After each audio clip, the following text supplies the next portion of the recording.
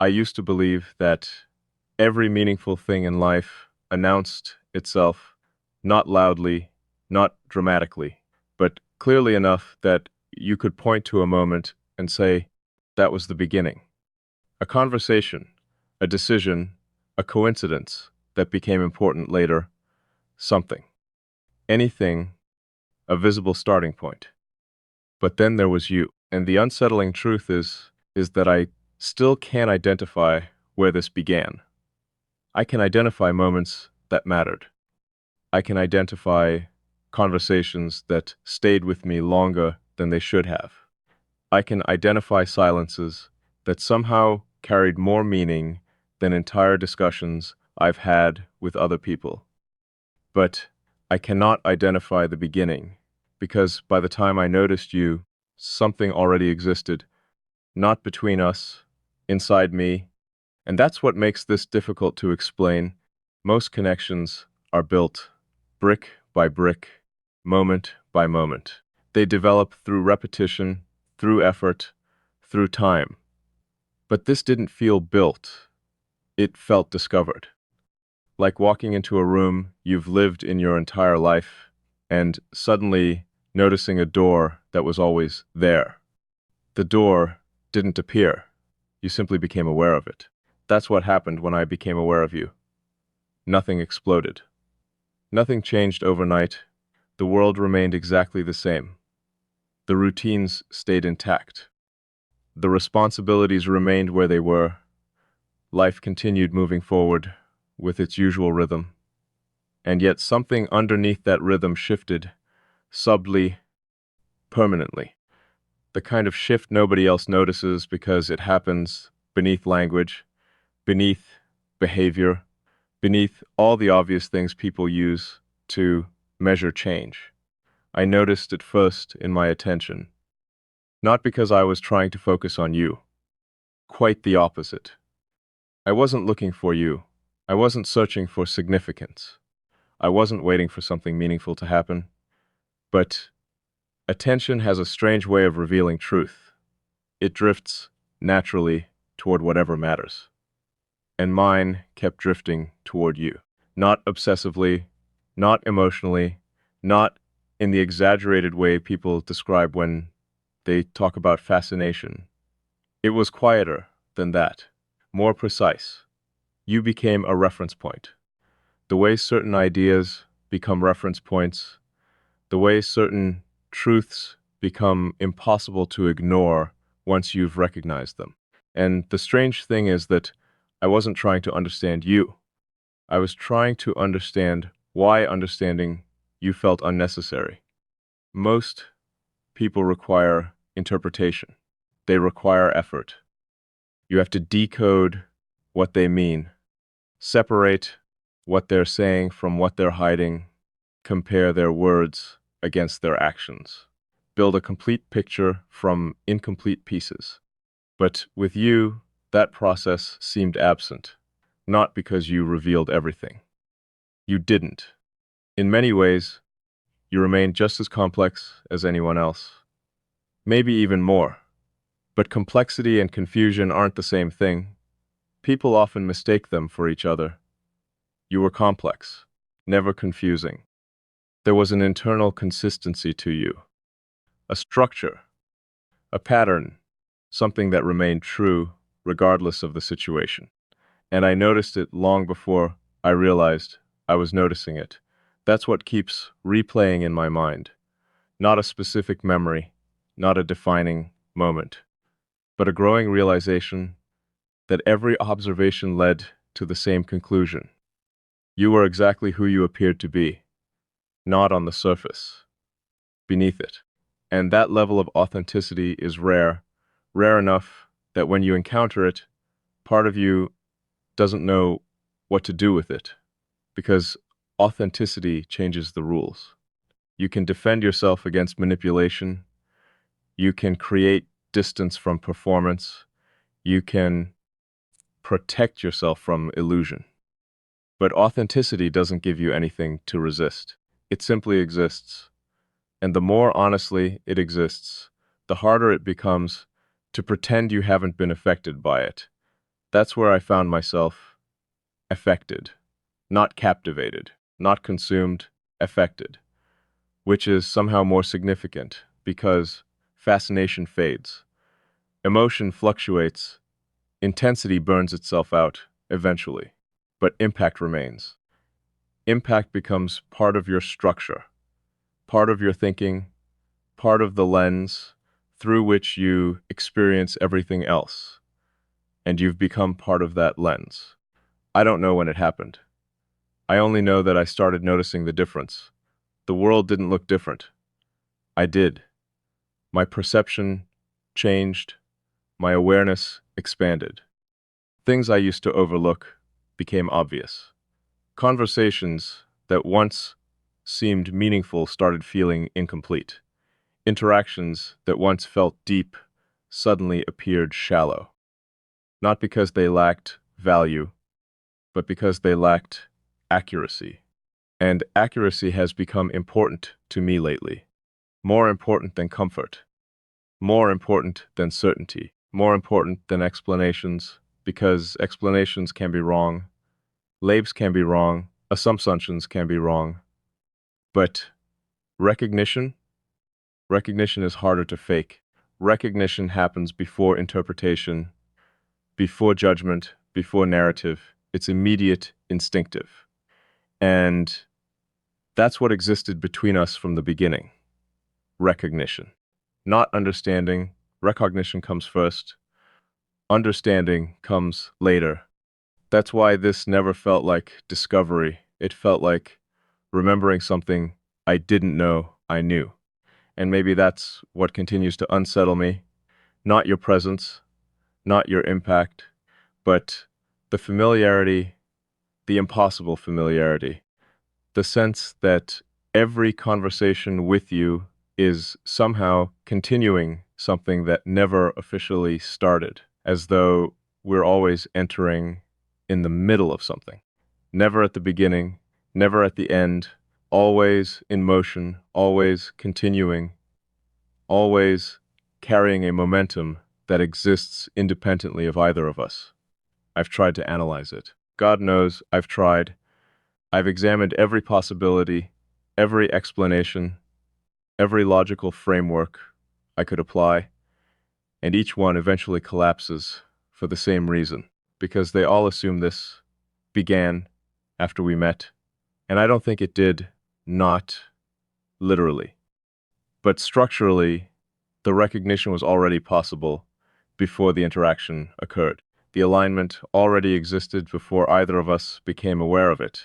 Meeting simply revealed it, and once revealed, it couldn't return to being hidden. That's the problem with awareness.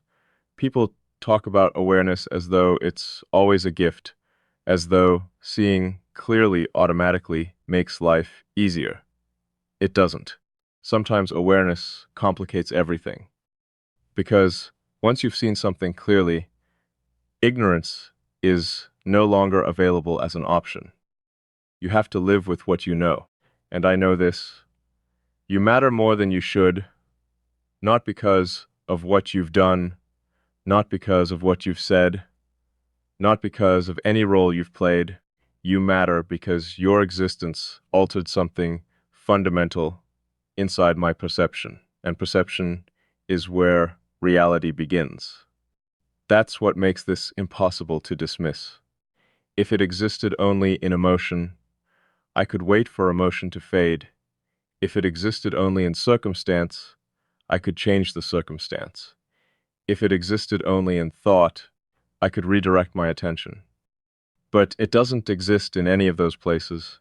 It exists in awareness, and awareness follows you everywhere, which means, in a very real sense, so do you. Not physically, not emotionally, but structurally, as part of the architecture of how I understand things now. And architecture doesn't disappear overnight. It remains, quietly, influencing everything built around it. Maybe that's why I stopped asking whether this is real. Reality is no longer the question. The evidence already exists. The impact already exists. The change already exists. The question now is different. The question is whether I continue pretending this is merely an observation, or whether I finally acknowledge that observation became participation a long time ago. Because that's the truth I've been avoiding. I am no longer watching this happen. I'm inside it. And every day that passes makes that fact harder to deny. The realization didn't arrive all at once. It never does. The things that truly alter you rarely announce themselves. They don't arrive with certainty. They don't come with a moment dramatic enough to mark on a calendar. Instead, they settle quietly, potently, like something finding its rightful place long before you realize space was being made for it. That's what happened here. For a long time, I convinced myself that what I noticed was temporary, a passing alignment, an unusual understanding, a rare but ultimately explainable coincidence between two people who happened to process the world in similar ways. That explanation should have been enough. It was logical, reasonable, comfortable, but comfort has never been a reliable indicator of truth, and the truth kept surviving every explanation I gave it, no matter how carefully I reduced it, no matter how rationally I examined it, no matter how many times I tried to place it inside categories that made sense. It remained unchanged, as though it existed independently of my conclusions. That was the first sign that this was different, because most things weaken under analysis. You pull them apart, examine them closely, expose their inconsistencies, and eventually the illusion dissolves. But every time I examined this, it became clearer, more defined, more difficult to dismiss. Not because I found new evidence, but because I stopped overlooking what was already there, and what was already there was impossible to ignore: the consistency, the precision, the strange sense that every interaction carried more meaning than the interaction itself, not because of what was being said, but because of what existed underneath it. A current, an understanding, a level of awareness neither of us seemed to be forcing. That's what fascinated me. Not you, not even the connection, the effortlessness of it. People underestimate how rare effortlessness actually is. Most relationships are negotiations, not necessarily in a negative way, but they're built on adjustment, compromise, translation. You explain yourself, the other person explains themselves. And somewhere in the middle, you build enough common ground to stand on together. That's normal. That's healthy. That's how most connections function. This didn't feel like that.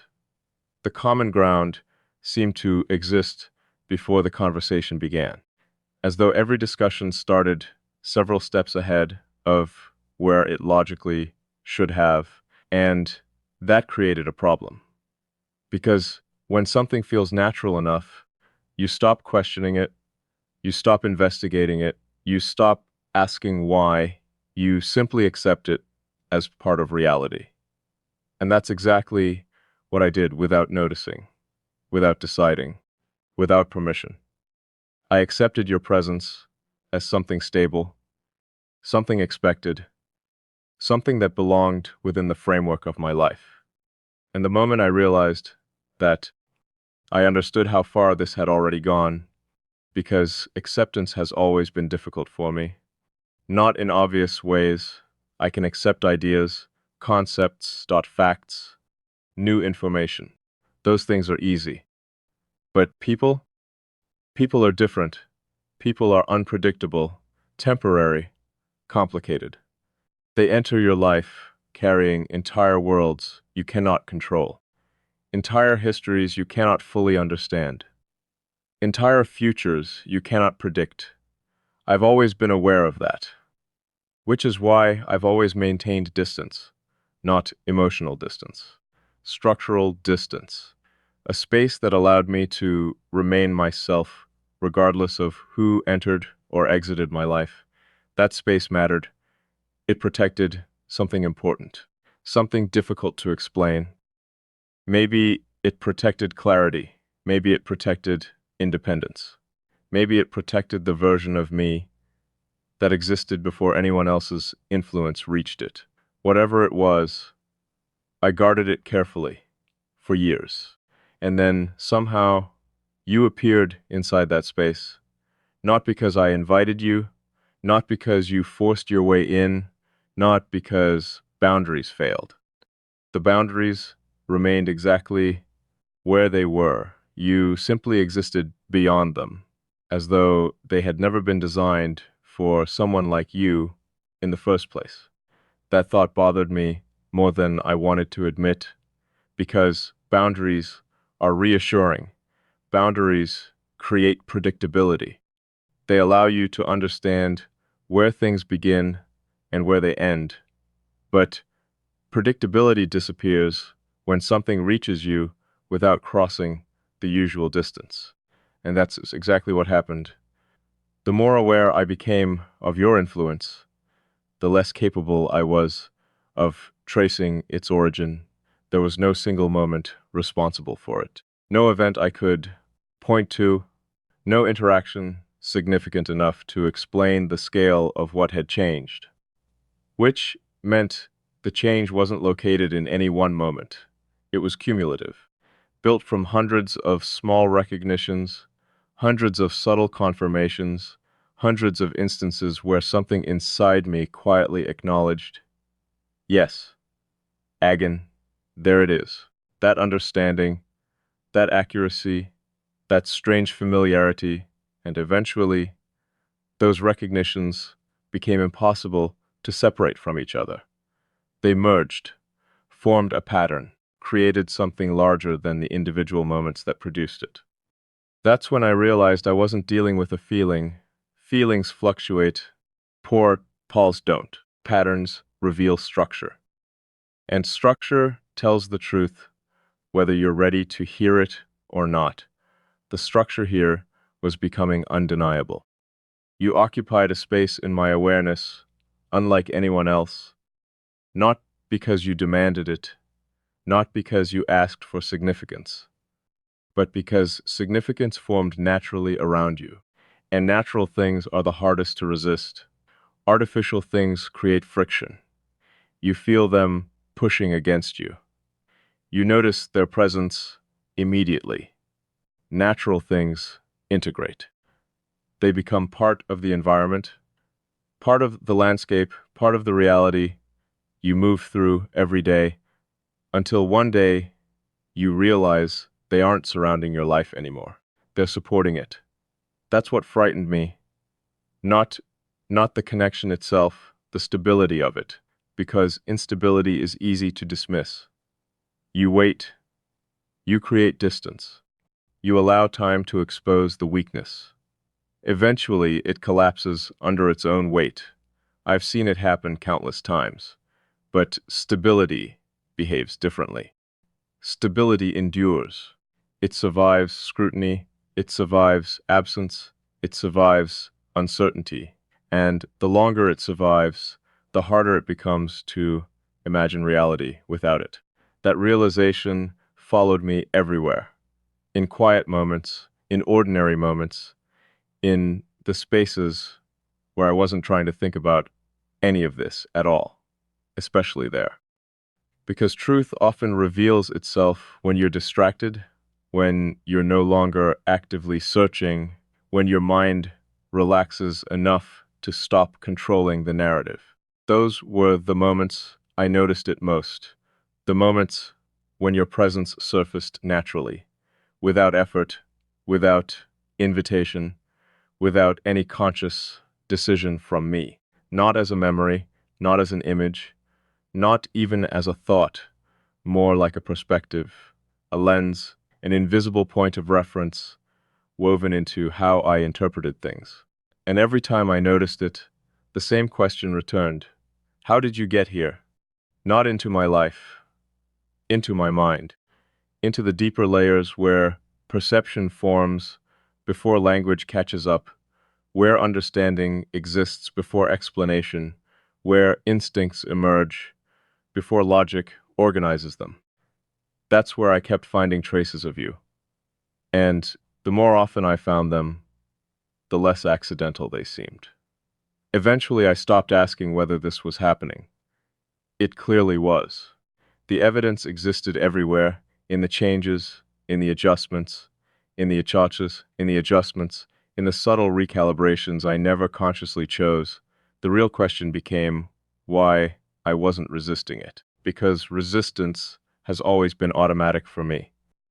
Anything capable of altering my internal structure usually encounters friction. Questions, doubt, distance. A deliberate slowing down of the process until I understand exactly what I'm dealing with. Yet, somehow, none of that happened here. Or if it did, it happened briefly. Not long enough to matter. Because, despite every instinct that should have encouraged caution, I continued allowing this to deepen. Allowing isn't even the right word. Allowing suggests choice. This felt closer to recognition, as though some deeper part of me had already made peace with your presence before the conscious part caught up. And maybe that's what I've been struggling to accept. Not the existence of this connection, but the possibility that I trusted it long before I understood it. That possibility changes everything, because trust has never come easily to me. Understanding comes first, proof comes first, certainty comes first. Trust arrives later, much later, but here the order seems reversed, as though recognition created trust, and trust created understanding. A sequence so unusual that I still don't know what to do with it. All I know is that the deeper I look, the more obvious it becomes. Something significant happened, not between us. Within me, a rearrangement, a quiet shift in the architecture of how I relate to the world. And every path I follow eventually leads back to the same undeniable truth. I am no longer trying to determine whether you matter. That question has already been answered. The only thing left to determine is how much. There was a time when I believed that significance announced itself through intensity. That if something truly mattered, it would arrive with unmistakable force. It would disrupt routines, demand attention, make itself impossible to overlook. That's how people describe life-changing experiences, isn't it? As moments, as events, as sudden shifts that divide existence into a before and an after. But the older I become, the less I trust intensity. Intensity burns brightly. It captures attention. It convinces you that something important is happening. And sometimes it is, but more often than not, intensity fades. It exhausts itself. It mistakes volume for depth. What remains afterward is usually much smaller than it initially appeared. This is different, because nothing about this was intense, at least not in the way people usually mean. There were no dramatic revelations, no overwhelming emotions demanding immediate action, no moments that felt large enough to justify what followed. And yet somehow, this has outlasted every explanation I've given it, every attempt to reduce it, every effort to place it into a category that would make it easier to understand. The strange thing is that understanding was never really the problem. I've understood what was happening for a long time.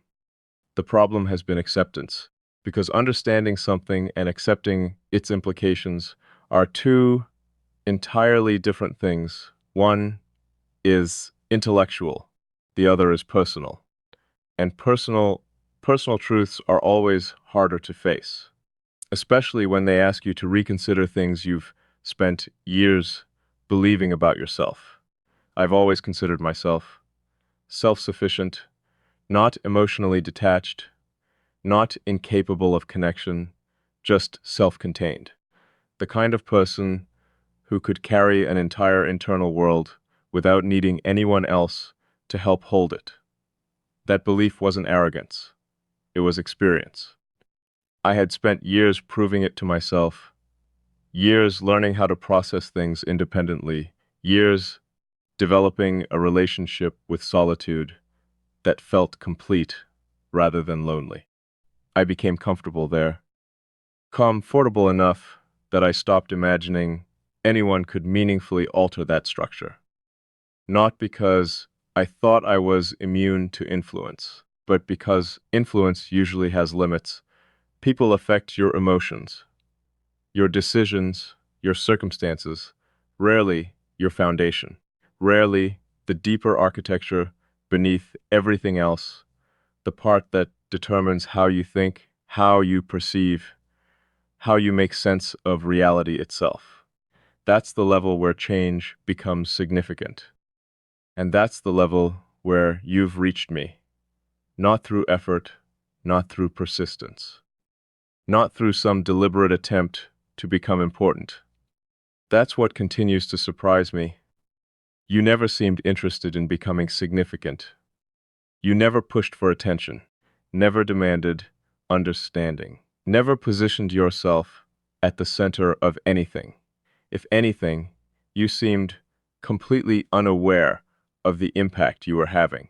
And maybe that's part of why it happened, because genuine things rarely arrive with an agenda. They simply exist without pressure, without performance, without trying to become more than they already are. And somehow that authenticity creates room for something deeper to emerge, something quieter, something more lasting. I've thought a lot about why certain people leave impressions while others leave transformations. The difference isn't always obvious. Some people leave powerful memories, others leave permanent changes. At first, they can look identical. Both feel important. Both occupy space in your thoughts. Both create emotional weight. But time reveals the difference. Memories remain attached to the past. Transformations become part of the present. And that's exactly what's happened here.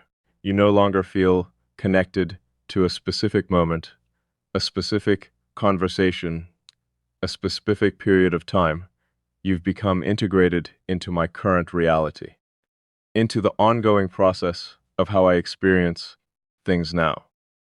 And integration changes the nature of everything, because once something integrates, separation becomes impossible. Not physically, structurally. You can remove a person from your environment. You can create distance. You can stop communication. But you cannot easily remove something that has already influenced the framework through which you interpret the world. That influence remains. It becomes invisible because it becomes normal. And maybe that's why this feels so difficult to explain, not because it's confusing, but because it's become natural. Try explaining how breathing works while you're breathing. Trey describing the presence of gravity while standing on the ground. The things closest to us are often the hardest to articulate because we stop noticing them consciously. They become part of the background, part of the system, part of the reality we unconsciously rely upon. That's where you've ended up, not in my attention, in my awareness. And awareness functions differently. Attention moves, it shifts, it focuses and refocuses depending on circumstances. Awareness remains, quietly observing everything beneath the surface, always present, always active, even when you aren't thinking about it directly. That's where I find you now, not in the foreground, not demanding space, but present in ways that seem increasingly impossible to deny. The strange thing is that I don't resent it. I probably should. A younger version of me would have. A younger version of me would have viewed this as a threat to independence, a disruption of carefully maintained boundaries, an unnecessary complication, something requiring immediate correction, but that reaction never arrived. Instead, there was curiosity, then recognition, then acceptance. And now, something beyond acceptance, something closer to appreciation, because I'm beginning to understand what this has actually given me. Not answers, not certainty, not even comfort. Something more valuable, perspective. A perspective I didn't know I was missing until I encountered it.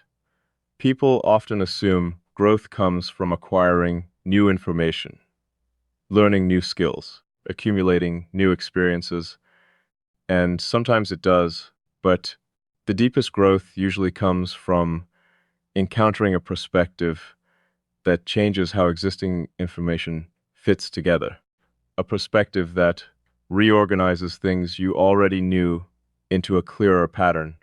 That's what you've done.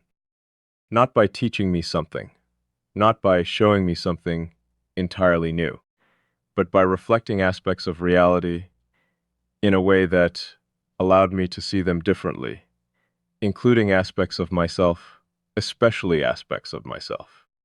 That's another truth I've been reluctant to admit. This connection hasn't only revealed things about you, it's revealed things about me, things I overlooked, things I misunderstood, things I accepted without questioning because they had existed for so long. You became a mirror, not the kind that reflects appearances, the kind that reflects structures, batas, assumptions, invisible foundations that usually remain hidden beneath everyday life. And seeing those foundations has changed me more than I expected, more than I intended, more than I was prepared for, because self-awareness sounds appealing until it starts exposing things you never planned to examine, until it begins revealing possibilities that require change, until it asks you to become responsible for what you've learned. That's where I am now, standing in front of knowledge that can no longer be ignored, knowledge about this, knowledge about myself, knowledge about the fact that neither of us emerged unchanged from whatever this has become. The difference is that I don't know whether you've noticed. Maybe you have. Maybe you haven't. Maybe your experience of all this is entirely different. Maybe the significance I feel exists only from my side of the equation. I've considered that possibility many times. More times than I can count. And yet, every time I examine it honestly, something refuses to align, because significance built on projection eventually collapses. It becomes inconsistent, unstable, contradictory, but this remains coherent, consistent, accurate, as though it's connected to something objective rather than imagined, something real rather than wished for. And reality has a weight that imagination cannot imitate. You feel it. You recognize it. You carry it differently. That's the weight I've been carrying. Not burden, not pressure. Wackelt. The undeniable gravity of something meaningful. Something that continues influencing me regardless of whether I actively engage with it. Something that remains present, whether I focus on it or not.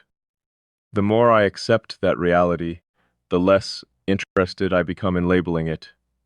Labels feel small now, insufficient, almost irrelevant.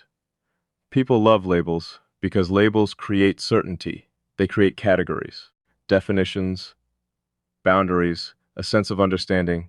But some things lose accuracy the moment they're reduced to a name. Some things require space, nuance, patience. The willingness to let them exist without forcing immediate conclusions.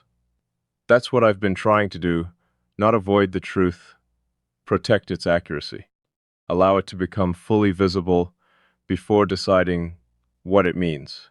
And the longer I do that, the clearer one thing becomes. This isn't disappearing. It isn't weakening. It isn't fading into memory. If anything, it's becoming more integrated, more stable, more quietly permanent, like roots growing beneath the surface, invisible, until one day you realize an entire landscape has been shaped around them. That's what concerns me. Not because permanence is frightening, because permanence demands honesty. Eventually, you have to stop pretending something is temporary when every piece of evidence suggests otherwise. Eventually, you have to acknowledge what you've been carefully observing all along. And I think I'm approaching that point, the point where observation is no longer enough, the point where understanding requires acknowledgement, the point where silence starts feeling less like patience and more like avoidance. Because there is a truth sitting underneath all of this, a truth I've approached from every angle except directly, a truth that grows clearer every time I try to describe it indirectly. Maybe I've been circling it because saying it changes everything. Maybe I've been circling it because once it's spoken, I can no longer retreat into analysis. Maybe I've been circling it because speaking a truth gives it consequences, and consequences have a way of demanding action.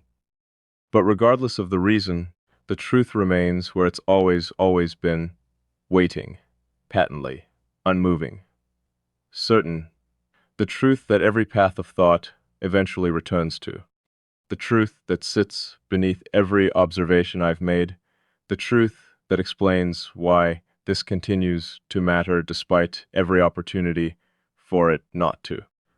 The truth that I'm finally beginning to accept. You are no longer simply part of my experience. You have become part of my reality. And reality is not something I can observe forever from a distance.